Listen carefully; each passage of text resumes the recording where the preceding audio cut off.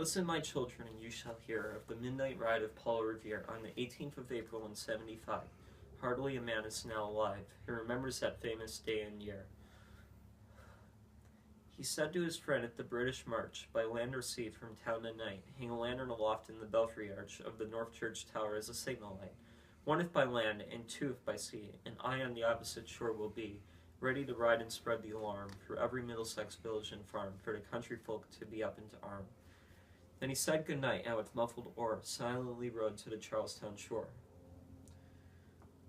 Just as the moon rose over the bay, where swinging wide at her moorings lay the Somerset British man of war, a phantom ship with each mast and spar, across the moon like a prison bar, and a huge black hulk that was magnified by its own reflection in the tide.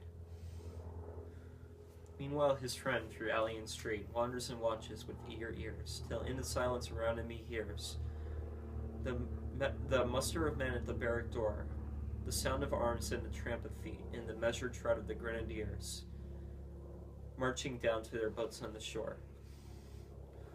Then he climbed the tower of the Old North Church, by the wooden stairs with stealthy tread, to the belfry chamber overhead,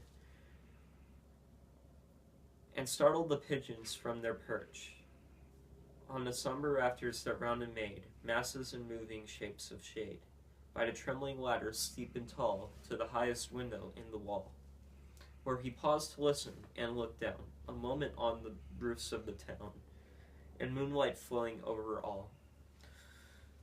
Beneath the churchyard lay the dead in their night encampment on the hill, wrapped in silence so deep and still that he could hear like a sentinel's tread the watchful night wind as it went creeping along from tent to tent, and seeming to whisper all is well. A moment only he could feel the spell of the place and the hour, and a secret dread of the lonely belfry and the dead.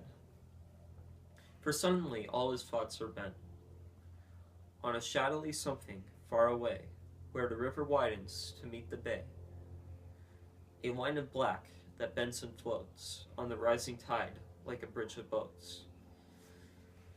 Meanwhile impatient to mount and ride, booted and spurred with a heavy stride, on the opposite shore walked Paul Revere. Now he patted his horse's side, now gazed at the landscape far and near, then impetuous stamped the earth, and turned and tightened his saddle girth. But mostly he watched with eager search the Belfry Tower of the Old North Church.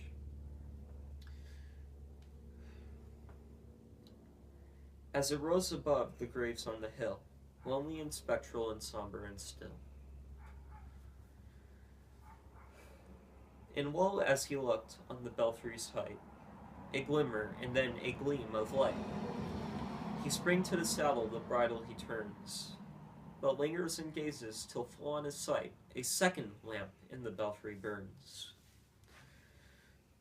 A hurry of hoofs in a village street, a shape in the moonlight, a bulk in the dark, and beneath from the pebbles and passing a spark, struck out by a steed flying fearless and fleet. That was all, and yet through the gloom and the light, the fate of a nation was riding that night. And the spark struck out by the steed in its flight kindled the land into flame with its heat. He has left the village and mounted the steep, and beneath him, tranquil and broad and deep, is the mystic, meeting the ocean tides. And under the alders that skirt its edge, now soft on the sand, now loud on the ledge, is heard the tramp of his steed as he rides. It was 12 by the village clock when he crossed the bridge into Medford town. He heard the crowing of the cock and the barking of the farmer's dog, and felt the damp of the river fog that rises after the sun goes down. It was 1 by the village clock when he galloped into Lexington. He saw the gilded weathercock swim in the moonlight as he passed, and the meeting-house windows, blank and bare, gaze at him with a spectral glare, as if they already stood aghast at the bloody work they would look upon. It was 2 by the village clock when he came to the bridge in Concord town. He heard the bleating of the flock, and the twitter of birds among the trees, and felt the breath of the morning breeze blowing over the meadows brown. And one was safe and asleep in his bed, who at the bridge would be first to fall, who that day would be lying dead, pierced by a British musket ball. You know the rest from the books you have read, how the British regulars fired and fled, how the farmers gave them ball for ball, from behind each fence and farmyard wall.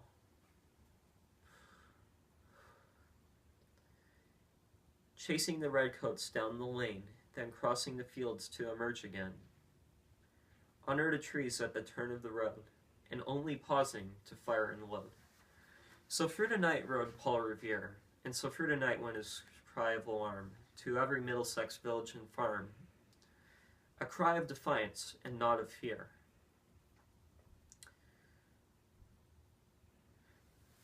A voice in the darkness, a knock on the door, and a word that shall echo forevermore.